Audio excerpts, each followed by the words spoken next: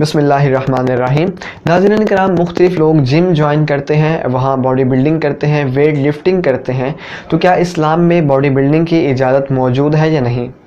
तो देखिए, body building करना ये बिल्कुल जायज़ है, इसकी इजाज़त मौजूद है, लेकिन चंद शराइत के साथ। उसमें सबसे पहली और सबसे अहम शर्त ये है कि बॉडी बिल्डिंग क्यों की जा रही है, क्या नीयत है, क्या मकसद पेश नज़र है। अगर अच्छी नीयत होगी तो बिल्कुल इजाज़त है, अगर बुरी नीयत होगी तो इजाज़त नहीं होगी। हुज़ूर मुकर्रम अलैहिस्सलाम बुखारी शरीफ की हदीस है, इरशाद फरमाते हैं, इन्नमल आमालु बिन्नियात व इन्नमा लिकुल्लि इम्रिइन मा नवा। यानी आमाल का दारोमदार नीयतों पर है, हर शख्स को वैसा ही बदला मिलेगा जैसे वो नियत करेगा।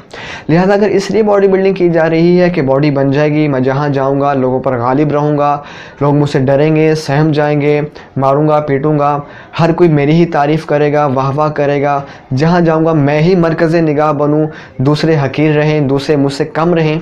तो चूँकि अब ये एक बुरी नीयत है, लिहाजा इसकी इजाज़त नहीं होगी। लेकिन अगर नीयत ऐसी है कि मैं बॉडी बिल्डिंग करूँगा, फिट रहूँगा, अच्छा नज़र आऊँगा, बीमारियों से दूर रहूँगा, जब मेरा जिस्म मजबूत होगा तो मैं दूसरों के काम आऊँगा, यूँ ही रमज़ान आएगा तो अच्छी तरह रोज़े रख सकूँगा, अच्छी नीयत आ गई, इसकी बिल्कुल इजाज़त निकलेगी।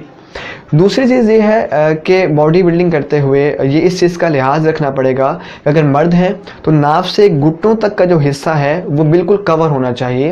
लिहाजा अगर छोटी निकर पहन लिए, शॉर्ट्स पहन लिए कि घुटने नज़र आ रहे हैं या रानों का कुछ हिस्सा नज़र आ रहा है तो ये दुरुस्त नहीं होगा। ये बिल्कुल ये हिस्सा कवर अप करना ये ज़रूरी होगा। और तीसरी और आखिरी शर्त यह है कि एक लिमिट के अंदर रहते रहते बॉडी बिल्डिंग की जाए, इतनी ज़्यादा ना की जाए कि उल्टा जिस्म के लिए नुकसान साबित हो। यूँ ही ऐसी मेडिसिन लेना जायज़ नहीं होगा जो साइड इफ़ेक्ट्स रखती हों, कल को जिस्म के लिए इंतहाई नुकसानदेह साबित हों, तो भी इसकी इजाज़त नहीं होगी। लिहाजा अगर इन शराइत का लिहाज रखा जाए तो बिल्कुल इसकी इजाज़त है, इस्लाम इससे नहीं रोकता।